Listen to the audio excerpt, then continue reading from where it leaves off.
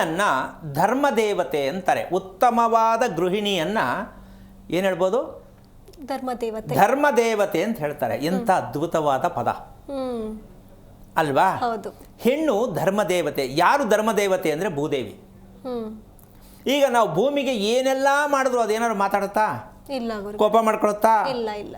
ಎಲ್ಲವನ್ನು ತಾಳ್ಮೆಯಲ್ಲಿ ಅದನ್ನು ಇಟ್ಕೊಂಡಿರತ್ತೆ, ಏನಾರು ಮಾಡಪ್ಪ ಅಂತಕ್ಕಂಥ ಮಟ್ಟದಲ್ಲಿ ಇರತಕ್ಕಂಥ. ಅದಕ್ಕೆ ಹೆಣ್ಣು, ಪ್ರತಿ ಹೆಣ್ಣು ಧರ್ಮದೇವತೆ ಆಗಬೇಕು ಅಂದರೆ ಹೆಣ್ಣಿಗೆ ಏನಿರಬೇಕು? ತಾಳ್ಮೆ ಇರಬೇಕು.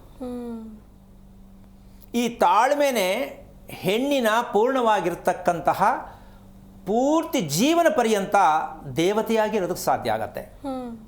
ಆದರೆ ಇವತ್ತಿನ ಕಾಲದಲ್ಲಿ ಸ್ವಾಮಿ ನೀವು ಹೇಳ್ತೀರಾ ತಾಳ್ಮೆಯಿಂದ ಇರ್ತೀನಿ, ಮಕ್ಕಳು ಹೇಳ್ದಂಗೆ ಕೇಳಲ್ಲ, ಗಂಡ ಹೇಳ್ದಂಗೆ ಕೇಳಲ್ಲ, ನಮ್ಮನ್ನು ತುಳಿದು ಹಾಕ್ಬಿಡ್ತಾರೆ, ನೀವು ಹೇಳ್ದಂಗೆ ತಾಳ್ಮೆ ಇದ್ದರೆ ನಮ್ಮ ದಿನ ಒಡಿಸ್ಕೋಬೇಕಾಗತ್ತೆ, ಈ ಮಟ್ಟಕ್ಕೆಲ್ಲ ಪರಿಸ್ಥಿತಿಗಳು ಬರುತ್ತೆ. ಹೌದು.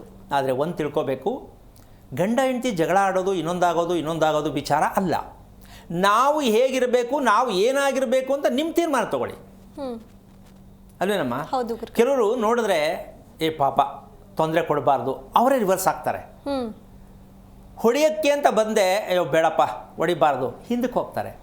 ಇದೆಲ್ಲ ನಿಮ್ಮಲ್ಲಿರ್ತಕ್ಕಂತಹ ಮುಖಭಾವದಲ್ಲಿ, ಇದಕ್ಕೆ ಸೌಂದರ್ಯ ಅಂತ ಹೇಳ್ತೀವಿ. ಏನು ಸೌಂದರ್ಯ? ಹೆಣ್ಣಿಗೆ ಅತಿ ಅಮೂಲ್ಯವಾಗಿರ್ತಕ್ಕಂಥ ಧರ್ಮದೇವತೆ ಆಗಬೇಕು ಅಂದರೆ ಅವಳ ಸೌಂದರ್ಯವನ್ನು ಕಾಪಾಡಿಕೊಳ್ಳೇಬೇಕು. ಆ ಸೌಂದರ್ಯವೇ ಹೆಣ್ಣಿನ ಭಾಷೆ.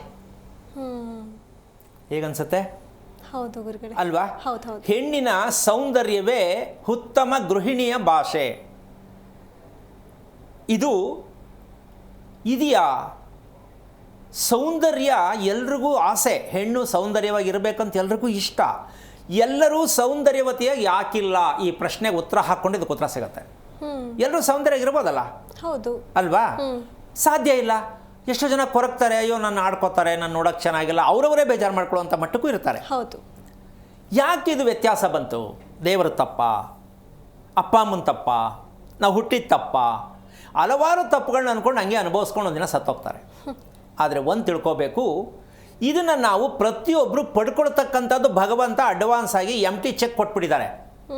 ಎಂಟಿ ಚೆಕ್ಕು ಅವ್ರು ಎಷ್ಟು ಬೇಕಾದ್ರೆ ಹಾಕೋ ನೀನು, ಅಲ್ವಾ? ಆದರೆ ನಾವು ಎಂಟಿ ಚೆಕ್ ಹಿಡ್ಕೊಂಡು ಯೋಚನೆ ಮಾಡ್ತಾ ಇದ್ದೀವಿ. ಇದೇ ನಾವು ತಪ್ಪು ಮಾಡ್ಕೊಂಡಿರೋದು. ಭಗವಂತ ಅಂತಕ್ಕಂಥವನು ಎಂಟಿ ಚೆಕ್ಕು. ನೀನೇನು ಕೇಳ್ತೀಯ, ನೀನೇನು ಮಾಡ್ತೀಯ, ನಾನು ಕೊಡೋಕೆ ರೆಡಿ ಇದ್ದೀನಿ. ಅಂತಹ ಶಕ್ತಿ ಈ ಭೂದೇವಿಗೂ ಇದೆ, ಭಗವಂತ ಶ್ರೀಮನ್ನಾರಾಯಣನಿಗೂ ಇದೆ.